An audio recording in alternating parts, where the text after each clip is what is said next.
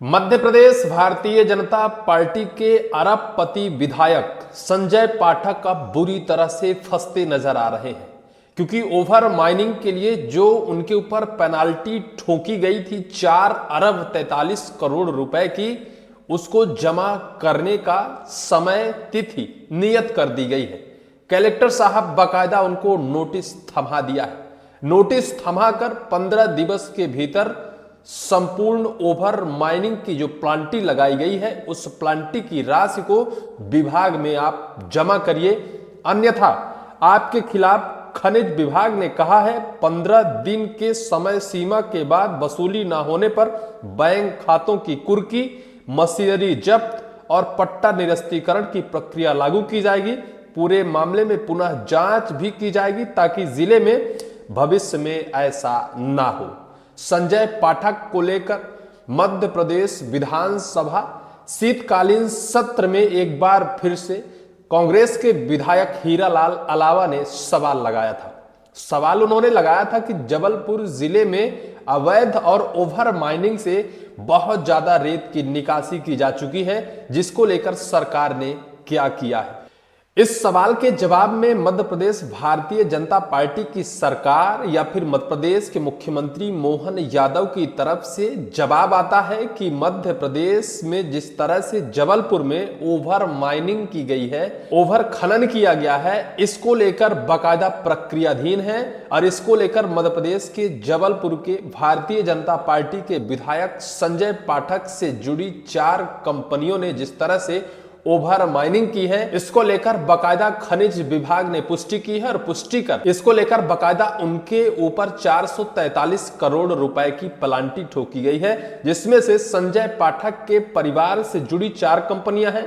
आनंद mining corporation ग्राम Tikaria, Nirmala minerals ग्राम दुबियारा, Nirmala minerals ग्राम Agaria, Pacific expert ग्राम झीठी।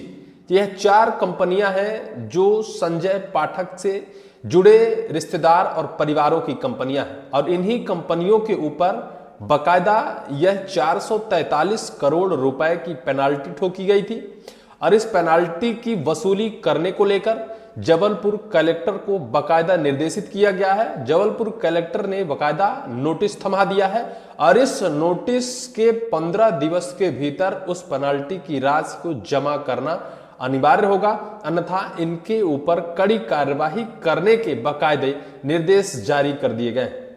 दरअसल संजय पाठक मध्य प्रदेश के अरबपति विधायक के नाम से जाने जाते हैं।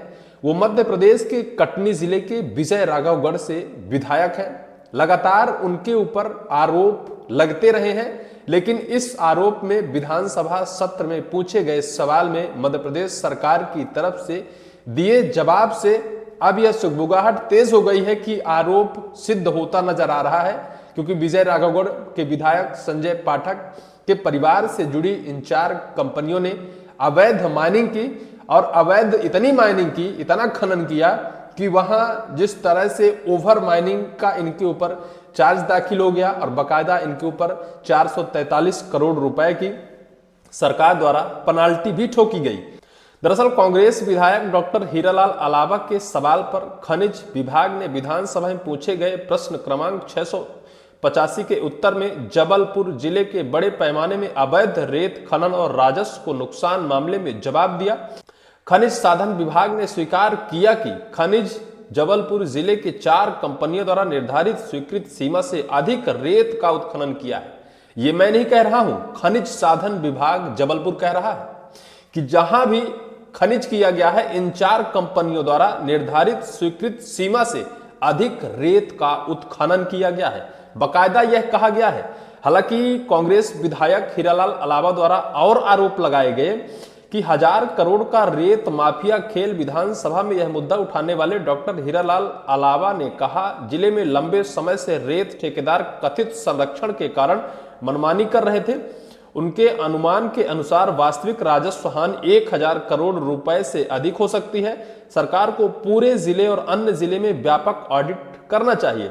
विधायक हीरालाल अलावा ने यह भी सवाल खड़ा किया कि यह कोई छोटी मोटी चोरी नहीं है, यह कोई छोटा मोटा अवैध ओवर माइनिंग का काम नहीं है, यह बकायदा पूरे जिले में फिर से ऑडिट करना चाहिए, क्योंकि 1000 करोड़ रुपए से ज्यादा का ओवर माइनिंग का मामला है।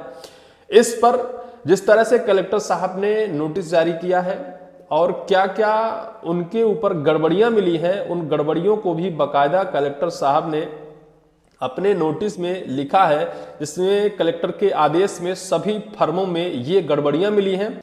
रेत का खनन स्वीकृत मात्रा से कई गुना अधिक हुआ है। रेत परिवहन पर्चियां जो टीपी है का मिलान करते समय भारी समय में अंतर पाया गया। यह कई गड़बड़ियां हैं। नजदीकी घाटों में चोरी छिपे रेत निकालकर दूसरे जिले में भेजे जाने के संकेत भी मिले हैं।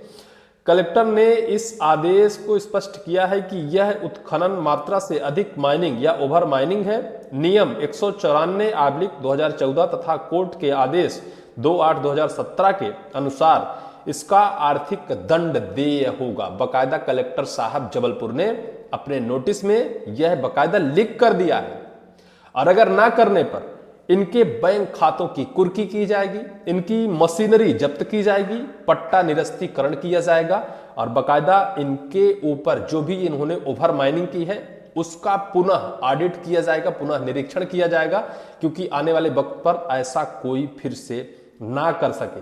किस तरह से बेहद बुरे मुश्किल में फंस गए हैं विजय राघवगढ़ के विधायक संजय पाठक। अभी हाल ही में उनका एक और मामला चल रहा था, गैर आदिवासी जमीन से संबंधित 1133 एकड़ अवैध गैर आदिवासी जमीन खरीदने का मामला अभी लंबित ही था। इनके ऊपर जिस तरह से आरोपों की झड़ी लगी, अभी हाल ही में इनके द्वारा हाई कोर्ट के जज को मैनेज करने की एक खबर लगातार वायरल हो रही थी। लेकिन जिस तरह से अब विधानसभा में मध्य प्रदेश के मुख्यमंत्री, वही मुख्यमंत्री जिनके विधायक है संजय पाठक, उन्हीं के खिलाफ विधानसभा सत्र के दौरान यह जवाब देते हैं कि बकायदा उनकी वसूली की जाएगी। उन्होंने जो भी ओवर माइनिंग की है 400 यानी 4 अरब 43 करोड़ रुपए उन्हें भरना होगा विभाग को। जिस तरह से उन्होंने ओवर माइनिंग की है, अवैध माइनिंग की है। नोटिस क्यों दिए? जबलपुर कलेक्टर द्वारा 10 नवंबर 2025 को जारी आदेश में स्पष्ट किया कि इन सभी आदेशों में कलेक्टर ने कंपनियों को 15 दिनों के वसूली जमा करने के निर्देश दिए, अन्यथा भू राजस्व अधिनियम के तहत कार्रवाई की चेतावनी भी दी थी। विधानसभा में सरकार का जवाब, कड़ी कार्रवाई की जा सकती है। विधानसभा में सरकार का जवाब है, कड़ी कार्रवाई की जा सकती है। खनिज विभाग द्वारा विधानसभा सचिवालय में दिए गए लिखित उत्तर में कहा गया कि जांच दल द्वारा तैयार अतिरिक्त उत्खनन रिपोर्ट को स्वीकार किया गया है।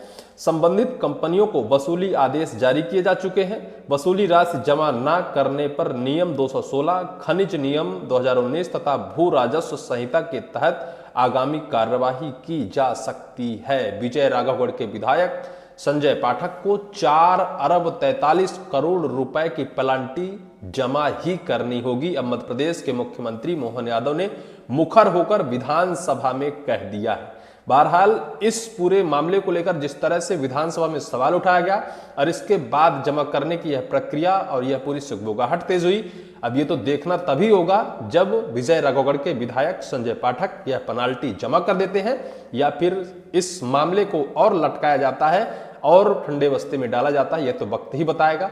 इस पूरी वीडियो को लेकर आपकी क्या राय है, कमेंट सेक्शन पर कमेंट जरूर करिएगा।